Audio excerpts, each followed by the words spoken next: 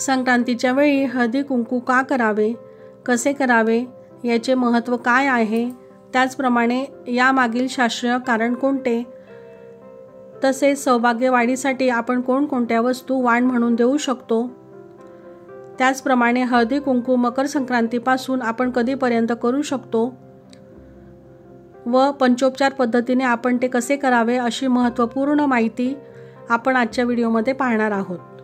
त्यासाठी video skip न करता पहा, जेणेकरून तुम्हाला सविस्तर माहितीही व्यवस्थित कळेल। चला तर मग व्हिडिओला सुरुवात करूया। सर्वात प्रथम मकर संक्रांतीच्या दिवशी सूर्य मकर राशीत प्रवेश करतो। भारतीय संस्कृतीत हा सण आपसातील कलह विसरून प्रेमभाव तसेच प्रेम वाढीसाठी देखील साजरा केला जातो। या दिवशी प्रत्येक जीव तिळगुळ घ्या गोड गोड बोला असे म्हणून जवळ येत असतो। हा सण तिथीवाचक नाही। सामान्यतः मकर संक्रांतीचा दिवस हा 14 जानेवारी किंवा 15 जानेवारीला येत असतो। सूर्यभ्रमणामुळे पडणारे अंतर भरून काढण्यासाठी क्वचित प्रसंगी संक्रांत एक दिवस पुढे ढकलली जाते, म्हणून तो 15 जानेवारीला आलेला आहे। हिंदू धर्मात संक्रांतीला देवता मानले गेलेले आहे। संक्रांती देवीने शंकरासुराचा वध केला होता अशी कथा आहे। संक्रांतीच्या दुसऱ्या दिवसाला किंक्रांत किंवा करीदिन असे म्हटलं जातं। या दिवशी देवीने किंक्रासुराचा वध केला, त्याचप्रमाणे एक प्राकृतिक उत्सव म्हणून याकडे पाहिले जाते, म्हणजे प्रकृतीशी ताळमेळ साधणारा उत्सव। दक्षिण भारतात हा उत्सव थई पोंगल म्हणून ओळखला जातो, तर सिंधी लोक याला तिरमौरी असे म्हणतात। महाराष्ट्रात आपण मकर संक्रांत असे संबोधन करत असतो, तर गुजरातमध्ये उत्तरायण म्हणून हा सण ओळखला जातो किंवा उत्तरायण देखील ते म्हणत असतात। या दिवसापासून उत्तरायण सुरू होते। या दिवशी सूर्योदयापासून तर सूर्यास्तापर्यंत वातावरण अधिक चैतन्यमय असते। साधना करणाऱ्यांना याचा जास्तीत जास्त लाभ हा होत असतो। कर्क संक्रांतीपासून तर मकर संक्रांतीपर्यंतच्या काळाला दक्षिणायन असं म्हटलं जातं। दक्षिणायनपेक्षा उत्तरायणमध्ये मरण येणे अधिक चांगले मानले जाते। आता मकर संक्रांतीच्या पर्व काळात आपण कधीपासून ते कधीपर्यंत हळदी कुंकू करायचे आहे हे आपण जाणून घेऊयात। मकर संक्रांत ही 15 जानेवारी रोजी आलेली आहे आणि त्याचबरोबर मकर संक्रांतीपासून तर रथसप्तमीपर्यंत आपण हळदी कुंकू हे करायचे आहे। या वेळेची रथसप्तमी आलेली आहे 16 फेब्रुवारी रोजी, म्हणजे संपूर्ण एक महिना आपल्याला हळदी कुंकू करण्यासाठी मिळणार आहे। म्हणजेच 15 जानेवारीपासून तर 16 फेब्रुवारीपर्यंत म्हणजेच रथसप्तमीपर्यंत आपण हळदी कुंकू करू शकतो। आता या हळदी कुंकवाच्या कार्यक्रमामध्ये आपण काय काय करायचे आहे, तर मकर संक्रांतीत हळदी कुंकू बोरनान या गोष्टी आपल्याला काही नवीन नाहीत। त्याचप्रमाणे तिळवा या गोष्टी आपण करत असतो, परंतु याचे महत्त्व सांगायचे झाले तर आणि त्याचं महत्त्वही जाणून घेणं हे तितकंच गरजेचं आहे, कारण महत्त्व माहिती असेल तर या गोष्टी आपण अधिक प्रकर्षाने व आनंदाने करू शकतो। मकर संक्रांतीच्या काळात धर्मशास्त्रात दान करणे याला विशेष महत्त्व आहे आणि हे दान आपण वाण म्हणून या काळात सवाष्ण स्त्रियांना देत असतो। आता सुवासिनींच्या हळदी कुंकू कार्यक्रमाला वाण देणं असं आपण म्हणतो, तर वाण देणे म्हणजे काय, तर दुसऱ्या जीवातील देवतत्वाला तन मन धन यांनी आपण शरण जाणे।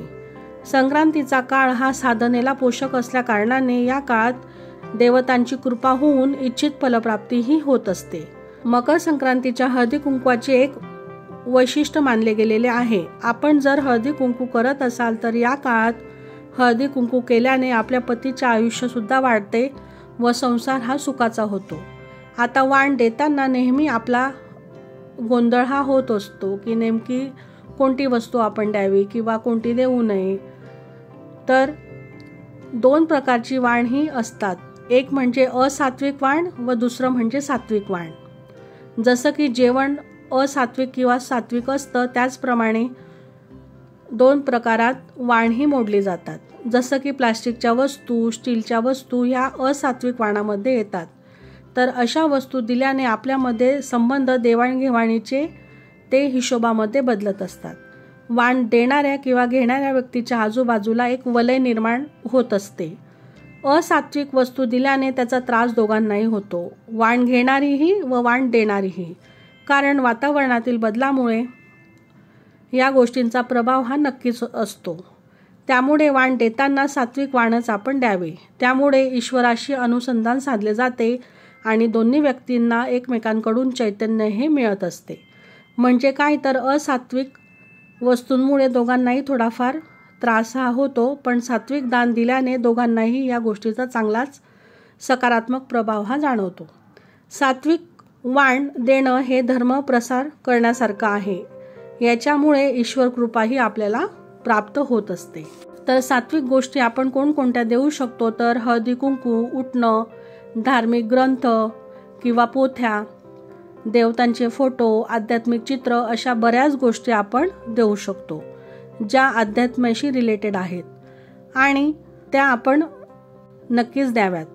तसेच अजून आपण अशा कोणत्या गोष्टी देऊ शकतो की त्यामुळे आपण सात्विक गोष्टी त्यामध्ये समाविष्ट होतील तर देवघरातील घंटा, धूप, तसेच धूपदाणी, कापूर, लाल दोरा किंवा कलावाही त्याला म्हणतात, वातीचे पॅक किंवा रांगोळीचे साचे, कलरफुल रांगोळी अशा गोष्टी आपण सात्विक वाणामध्ये देऊ शकतो। सौभाग्याशी रिलेटेड वस्तू आपण देऊ शकतो, जसे की मेहंदीचे कोण, टिकल्यांचे पॅक, कुंकवाची डबी किंवा कापूरचं डबी, त्याचप्रमाणे तुळशीची रोपे किंवा वास्तुशास्त्राप्रमाणे आपण पाहतो की किचनमध्ये झाडेही ठेवल्याने सकारात्मकताही येत असते। त्यामध्ये बांबू ट्री किंवा स्नेक प्लांट अशी झाडंसुद्धा आपण देऊ शकतो। बऱ्याच वेळा वस्तू देण्याची इच्छा असते पण आपला बजेट हा कमी असतो।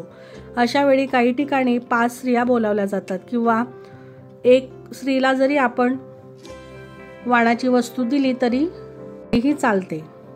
प्रत्येक ठिकाणची पद्धत ही वेगवेगळी असू शकते।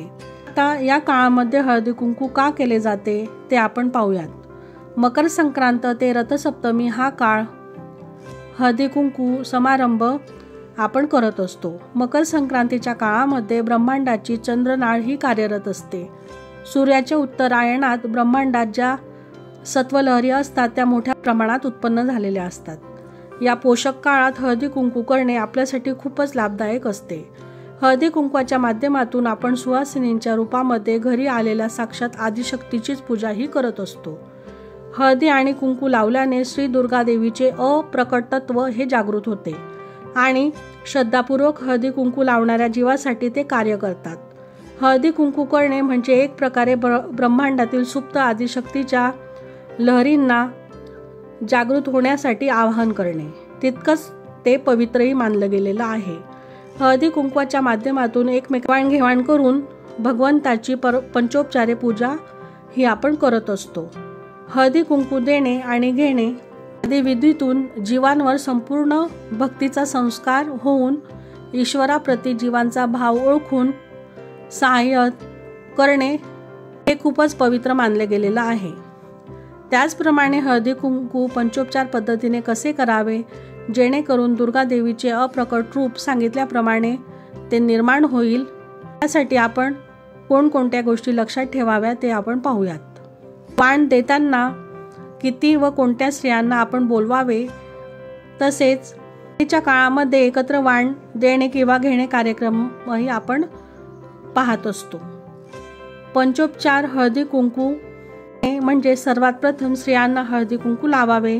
ते लावल्यामुळे अप्रकट देवीचे स्वरूप त्या सवाष्ण महिलेमध्ये जागृत होते आणि तिला भक्तिभावाने पण आवाहन हे करत असतो। तिची कृपादृष्टी आपल्याला प्राप्त होते। तसेच दुसरी गोष्ट म्हणजे आपण अत्तरही लावायचे आहे। अत्तरातून प्रस्थापित होणाऱ्या गंधकणांमुळे देवतांचे तत्व प्रसन्न होऊन आपल्यासाठी ते अल्प काळातच आपली कार्यसिद्धीही करत असतात व व्यापक रूपात घरी कार्यही करत असतात। त्यानंतर गुलाब पाणीही आपण टाकायचे आहे। ज्या गोष्टी प्रक्षेपित होतात आपतत्वाशी संबंधित सुगंधित लहरींमुळे वातावरण शुद्ध होते व त्रासदायक गोष्टी ह्या दूर होतात। त्यामुळे देवतांचे सगुण तत्व कार्यरत होते व त्या आपल्यासाठी खूपच चांगल्या मानल्या गेलेल्या आहेत। त्यानंतर ओटी भरणे, तर देवीच्या इच्छाशक्तीला आपण एक प्रकारे आवाहन करत असतो। श्री दुर्गा देवीची इच्छाशक्ती ही तिच्या ओटीपोटात संपुष्टीत असते। ओटी भरणे म्हणजे तिला शरण जाणे। श्रद्धेने ओटी भरणे भरण्याने इच्छित मनोकामना ही लवकर पूर्ण होते व तिची कृपा सदैव आपल्यावर राहते. आणि ओटी भरणे म्हणजे कार्य करण्याची किंवा इच्छा प्रबळ करण्याची गोष्ट आहे. म्हणून आपण ओटी भरतो.